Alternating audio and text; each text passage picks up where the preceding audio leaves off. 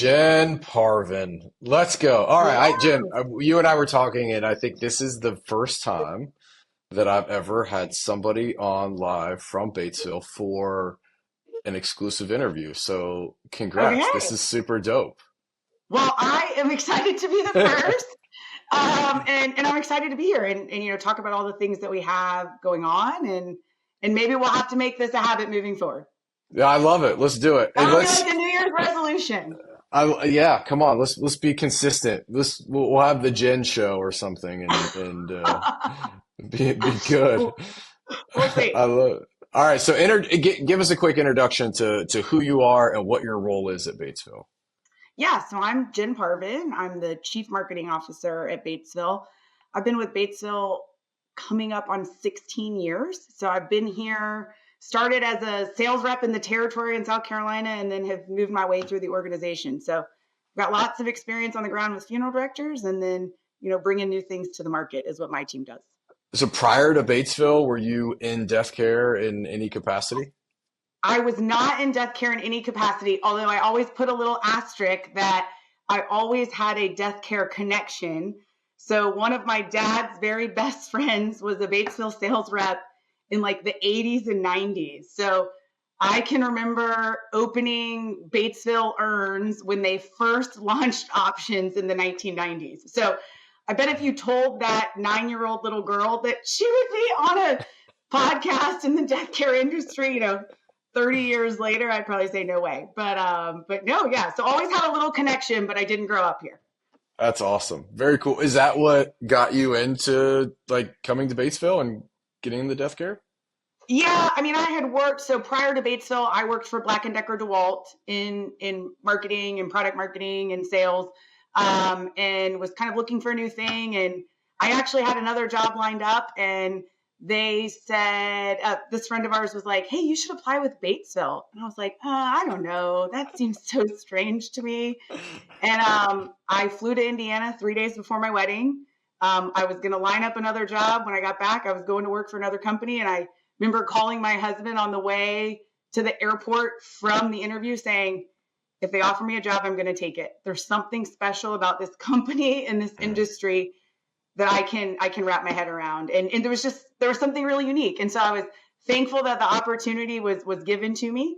And then here we are 16 years later with lots of great things that we can say we've done. And it's really just, provided a lot of blessings for my family as well. That's super cool. I love that. So let's stay personal for just a second. Like, what do you love most about either your job or death care?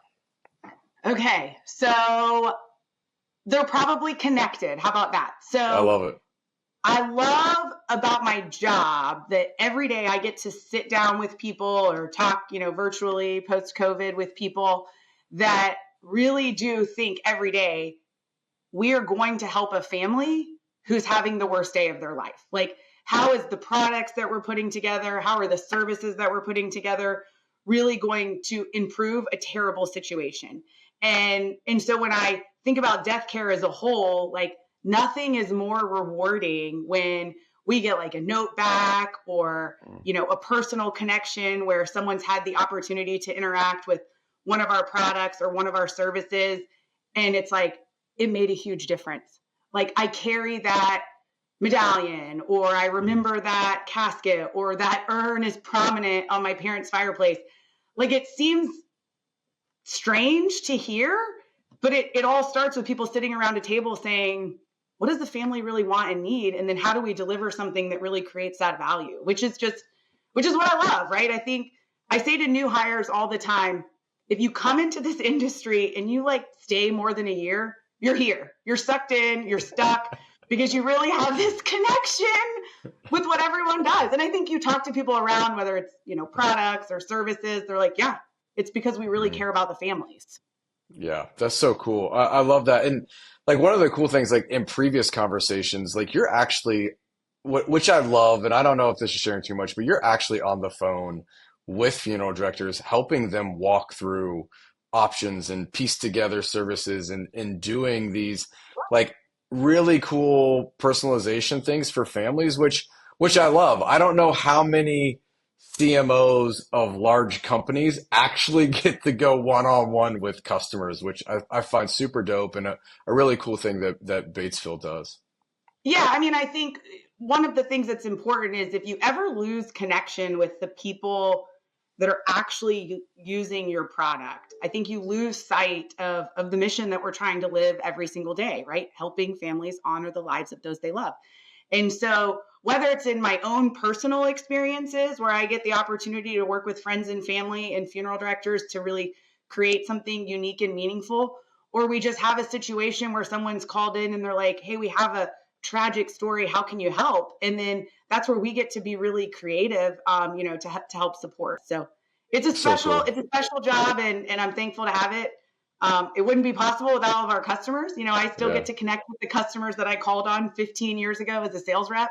And it's great to hear the things that they're doing and what they're doing to support, personally the community that I live in.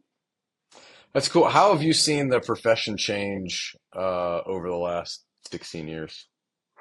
Oh gosh. I always say it's changed more in like the last 5, and not even because of COVID, right? Mhm. But just in the last 5 and maybe a couple years before that, than probably the previous 10. I think, consumers are changing. The way that we interact is changing. The way that we shop is changing. The amount of information that they have prior to even coming to the funeral or to the funeral home, or, the death occurring, has totally changed the way we have to kind of approach. And for us, it's like made us take a step back and say, what's going on, whether it's how people buy products, get information, plan, experiences or events. How does that happen in every other industry? Yeah. And how does funeral service compare? And I think for us, we constantly say, as an industry, we could probably do better or change or modify. And that's where you've seen this acceleration of change. And I think it's great because it's not just Batesville, it's others in the industry, I think, that are challenging. We owe it to these families to create the experiences that they're looking for. And I don't know what that's saying, like all high Yeah. water raises all boats or whatever, Yeah. right? Everyone's benefiting from this Yeah. kind of like speed of change in which consumers are expecting more. Yeah. No, 100%. And it's cool. Okay, so let's stay on that track. If we look at the consumer, how the consumer has changed, how has that impacted now the decisions that Batesville makes when it comes to like the showroom, for example? No, I think that's been the biggest thing, right? I can remember so I've been in this chair almost 6 years. And so I can remember when I went from a primary sales function into the marketing function, us starting to look at the experiences that consumers were expecting, and kind of challenging that. How do we do better, right? Batesville's been the industry leader of delivering innovative products and services to the market. And in the way in which you select those choices or those services should be something that we should constantly challenge ourselves. If I think about how it all started, right? So we have a brand, Family Choices, which is our personalization brand. And we really started to take a step back and say, if we really want to serve families and we want to create these meaningful experiences, Family Choices extends far beyond the physical product that we've always had, right? It extends to our technology products. So we started weaving in the opportunities for families to make unique and different memorials through our technology solutions. Mm. And then we started to say, well, if it's all about the choice, where's the choice made? And the choice is made in the showroom. And so we started to look and really understand where families are interacting with funeral directors, and they want this opportunity to have control of what they're selecting. But when you looked at the environments that were being created by the profession, we were lagging significantly behind, right, in what everyone else has. My VP of product says, today slat wall is in, thousands of funeral homes across the country. And if you look up the number one use for slat wall today, it's in garages to hang Yeah. tools. And it's like, we have to do better, right? Yeah. Like as an industry, we have to do better. And so Yeah. we started to look at really trends in our industry where it was like funeral directors were saying, I don't need the room because families don't want to go in it. They don't want to use it. It's being redeployed. But it wasn't because families didn't want the opportunity to make that choice. It was because the environment that we were asking them to do it in wasn't an experience that they wanted Yeah. to interact with. And I don't Yeah. blame them, right? When I think about, where we are. So it's been kind of years in the making, but that's kind of how we got here. Was we took a step back and said, we really hang our hat on families wanting to be able to make choices. They make choices for the things that they have to do. And today they're not doing it in an environment that makes a ton of sense. You mean not every family wants to walk in the basement down the steps of a funeral home into a corner room and no windows, no lights, and make So choices? No? no, it's funny. No, they don't, right? And so it's interesting that you mentioned that, because so I take a step back, right? So we very intently sent some of our merchant and merchandising team to the number one retail concept store or show in kind of the US. And what we really did is we went around and just looked at, like, what does everyone else do, right? And how do they present product? How do they interact with consumers, both on the physical side and the digital side? And here's the reality, right? Like, what exists in all retail doesn't work, like, for funeral service, right? So there were clearly some things that it's like, neat idea, not going to work for us. But we quickly identified a vendor that they had solutions that were able to be flexible, right? To really, support all different types of funeral homes, all the way down into the basement, into an old, beautiful, Victorian home, to maybe a new, smaller location in a storefront. And really create visuals that created a ton of light using SEG panels, which you see a lot in retail stores. I laugh when you say they don't want to go down to the basement, because you didn't know this, but the very first beta that we put in the market was literally in a basement, and it had no light. It had no windows. It was in Georgia. It had no windows. It had no, natural light. But when we walked into it the first time, it was so bright and so light. We stood there for a couple hours and, like, you didn't even realize you were in a basement. And so that unfortunately is sometimes where the selection room has to be. But really using lighting as a primary feature of this new physical room really helped create an environment that would be fitting for any situation, knowing that funeral directors and funeral homeowners are confined to the space that they have, and then really creating something that families want to spend time in. Yeah, so let's talk about that. Let's talk about, I mean, Batesville is continually rolling out new product. I forget the number. I think it was 100 and some new products just last year. But one of the things that sticks out the most to me is the showroom of the future. Right. And that's really been something that you've championed. And walk me through, what does that mean? What is the showroom of the future? Are we completely going away from a physical room? Are we embracing more a physical room?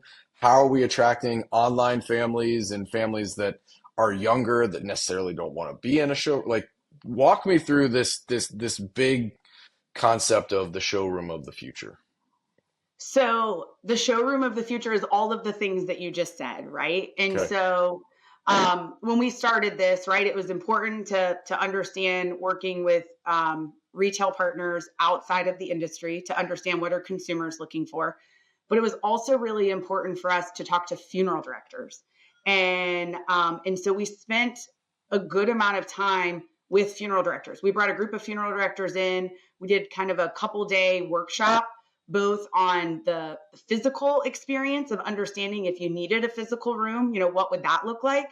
And also the digital experience. And then how do those work together? It was important for us to understand, like, what are the challenges, right? Like, young, millennial coming in, whether they're the primary planner of a funeral, often not, but, kind of a secondary supporter that often has a voice, weren't necessarily interested in going into the old traditional, selection room. They were accustomed to that kind of online shopping experience where they could really design and configure unique things for themselves. And so for us, we had to think about, grandma, who's maybe planning a funeral for grandpa, or mom who's maybe planning for dad, is more tactile. And so how do we make sure that we can meet the needs of those individuals, while also the child or the grandchild that's sitting there is like, no, I want to just do it on my phone because that's what I always do. Or where's a computer so I can see how it's going to look. And so when we think about the showroom of the future, there's a physical component, which is the retail environment, SCG graphics, leveraging some of those high-end retail finishes. You'll see woods and stainless steels, bright lights, open air, all of those things. Full-size product in some cases where funeral directors and families feel like they need that. And then a center point of all of those is the digital component, which is the Family Choices digital selection room. And that can be used on a large screen monitor. So at NFDA, when we premiered it, it was on a large screen monitor, touchscreen, where you could truly take the families through a guided experience, spend some time understanding who their loved one was, what their hobbies and interests were. And then the system will recommend product, both personal or physical product, and then the ability to personalize and configure real time on the screen.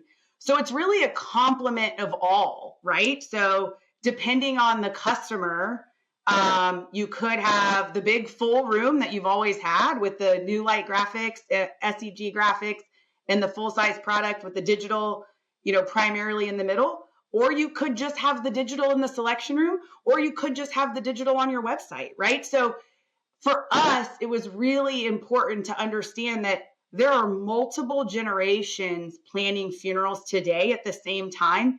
And each one of those consumers is looking for something slightly different. And who are we as an industry to say, well, this is the way you have to do it? And so for us, it's been the combination of all that's really exciting. I was actually talking to a customer this week about some potential showrooms for their locations, and they have a number of locations. And like all funeral homes, some are in, maybe old, smaller locations. Some, they feel the staff is uncomfortable with digital and they really want something physical. And so it was like, no, the beauty of this is as a business, you can have kind of a standard across the business, both in the look and feel and the guided process that, all your funeral directors are going to go through and all your families are going to get to go through. But it can be configured uniquely for that specific location. So neat in the way that we've designed it, that it's a really configurable merchandising system. I think that's so cool because I think we forget in death care so much that it's not just a 75-year-old that's making arrangements. Like you have 30-year-olds making arrangements, you have 50-year-olds making arrangements, and there's different, we look at it a lot from a marketing perspective because marketing's got to be able to hit across all generations or all generations. But like you also research shows that consumers always perceive themselves younger than what they actually are.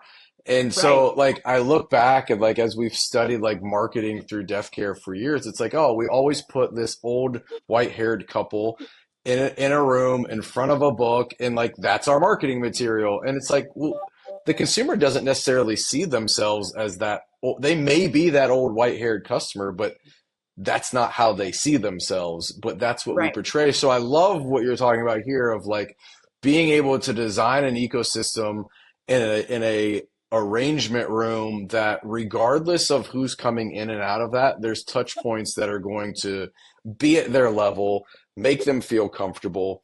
This has to be the most dramatic shift in like the arrangement process or in the showroom from flipping like full-size caskets to like end caps. And like I remember I was calling on funeral homes in those days as that change was happening and it was like hair on fire. What are we going to do if we don't have the full-size casket here? So I really feel like this is that pattern disruption, but like pattern disruptions are good, and we're in a new year and we're talking in our personal lives about pattern disruptions and how do we get better. This is a part of that for funeral homes, and really like I applaud Batesville in taking probably one of the most pride focused parts of the funeral for a funeral home and going, hey, we got to do this better. And we got to design it in a way that regardless of the family that comes in, you're going to be able to interact with them in a way that's comfortable. And there's a lot of psychology that goes into how somebody walks into a room and the lighting and like those are things that have Absolutely. never been discussed in death care before of like the specific lighting in a room to set a mood. Like, what does that even mean? So, like, I applaud you in that because it's an uphill battle as you know, cutting edge as Batesville is and the footprint that you have in the space. It's still an uphill battle. Talk about that and like really shifting mindsets around embracing like this is why we have to change some of these things.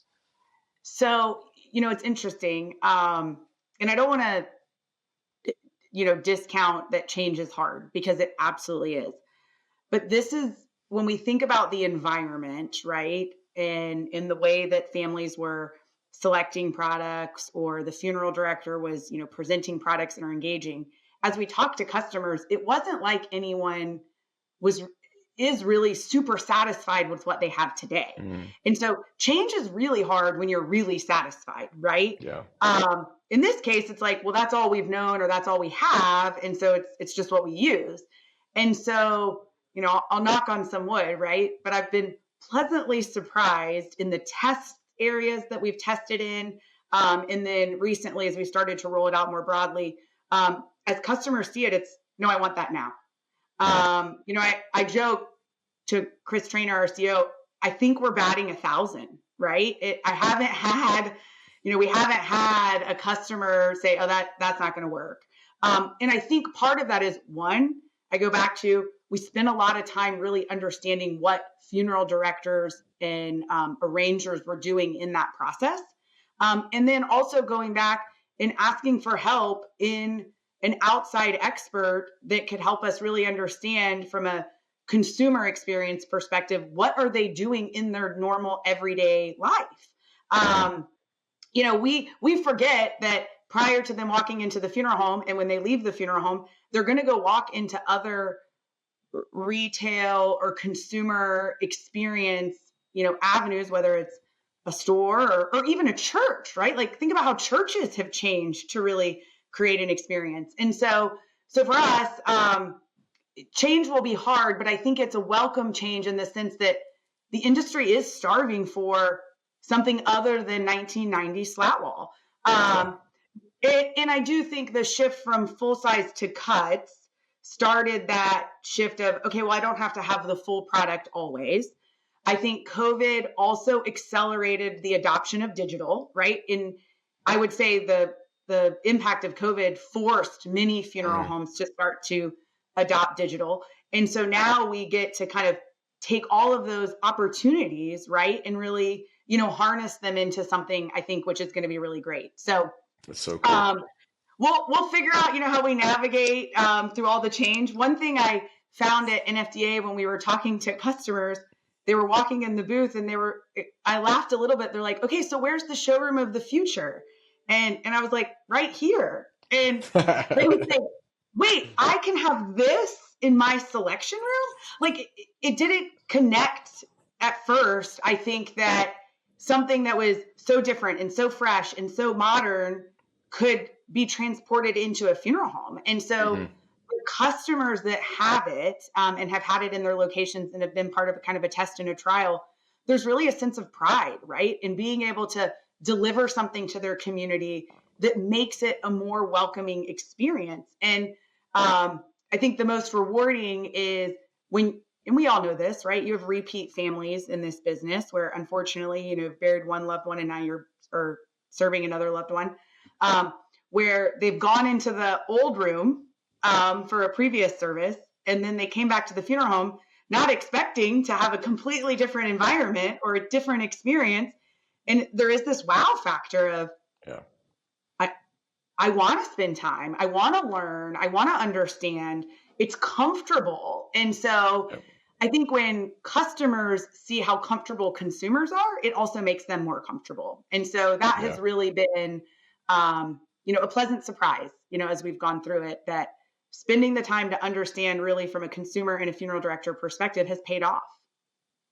So cool. So in this conversation around the showroom of the future, Batesville was a casket company, Mm-hmm. still is a casket company. How do you And balance and much more. navigate and much more? Yes, and that's where I'm going. Like, how do you balance the the showroom to be cremation and burial focused where, I mean, most funeral homes would love to sell a casket with every service. That's not a reality. So how are you navigating between that balance of burial and cremation options? So, good question. I think a lot of it comes back to strategy, right? As we kind of approach the world as a post-sale Batesville, right? Really investing in these three pillars: burial, cremation, and technology. Um, in everything we do, we say how are what we how are what we creating able to benefit in all Mm, areas, right? And so, if I think about this showroom of the future, within that space is burial and cremation products, right? Our innovation roadmap for our wood casket line has transformed our entire wood casket line to fully crematable. mhm. So when a family walks into the selection room, or even online on the digital, if they choose cremation, they still have the opportunity to select product for their loved one to go into for the cremation, from basic minimum all the way up to premium.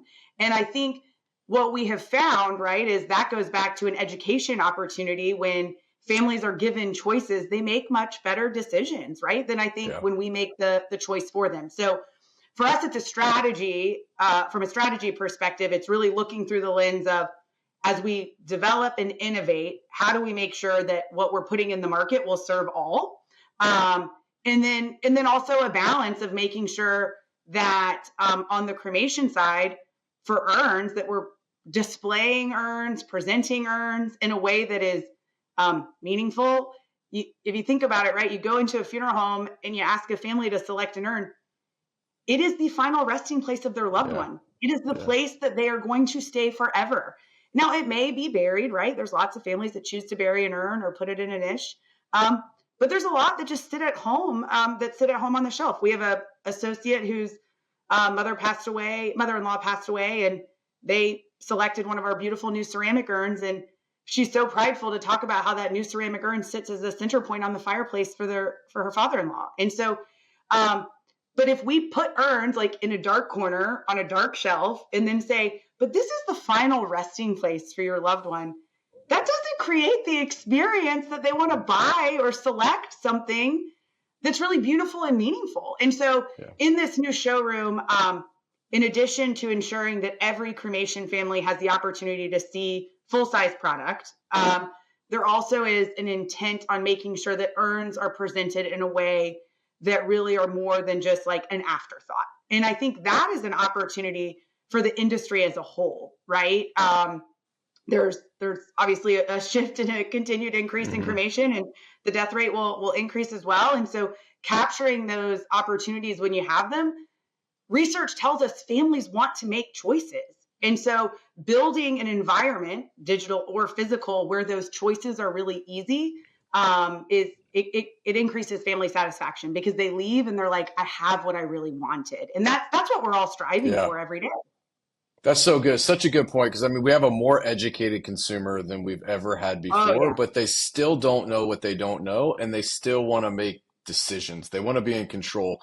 But a lot of times you want to be in control, but you also want somebody to hold your hand as you're walking through that process. Like we know that. And so I love this conversation because whether a funeral home is a Batesville customer or not, this is good for everybody. Like Oh, this right. type of conversation is so good for the profession at large because if families are leaving funeral homes more satisfied, then they have more positive things to say about the funeral experience. And if the consumer finds the funeral experience valuable, everybody wins. And so, like, I love this. I love, like, I mean, I think we could probably knock out 4 or 5 more interviews like this and just talk about, like, the consumer research that Batesville does and how in tune you are with the consumer.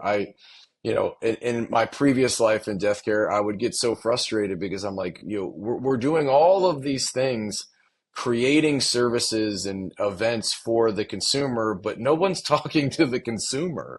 And so I love that. And I would love to even be able to go deeper into, what you guys know about the consumer and how they make decisions and how they're, I always say the consumer is the consumer, whether they're buying a casket or a car or picking an Right. insurance agent. Like our buying habits don't change. And the closer that we can map the funeral experience to a normal buying experience, again, the better. And I think this is an absolute monumental step in the right direction. So it's really exciting. I'm super grateful that you agreed to sit down and chop it up with me. Yeah, no, I appreciate, the time. This is people say this is a passion project, and sometimes that means you're like working on something that no one wants to talk about. But this is something that I've truly been passionate about since the day I stepped into this role. And so to see it, finally come to life and get it in the market and see funeral directors and consumers interact and understand, how we are creating, both business, opportunities and efficiencies on the digital side, and then these great experiences in a new environment on the physical side, and the marrying them together just drives this consumer satisfaction through the roof. Like that's a marketer's dream, Yeah, right? And right, right. so to say it's something that we are proud of is an understatement. I will say when I walked into the booth at NFTA and I saw it all put together for the first time, there was like a moment where I had to kind of take a step back. And then I had to go get my kids and show them because I was proud, like of what the team had accomplished. And so Yeah. it's not me. It's a huge team of people at Batesville, but we pride ourselves on really delivering awesome, innovative things, and we've done it. I think in this case, knocked it out of the park on Yeah. the product, the environment, the digital, and really tying it all together for both burial and cremation families, which is what we've got to I do as a love it. business. So thank I you for love it. letting me talk about it. Yeah, well, and you just reminded me, we've got like 100 videos that we have to do because you had 100 and some new product launches last year. So, I mean, that's a lot of Almost content. 150. And I just got Oh, off a call about new products coming, in FY25 or calendar year 25. So we're not stopping, right? We made a commitment when we went private that we were going to reinvest back into the industry and really create meaningful solutions. And so I look back over the last 18 months on all the things that we've done, and I'm like, we literally put our money where our mouth is, and mm, it's paying off. Customers are noticing it, families are noticing it, and I just am thankful for the opportunity to continue to get to do it. awesome. Well, Jen, thank you so much. Happy New Year. Super grateful for you. Yeah, no, thank you. Happy New Year, and we'll talk soon.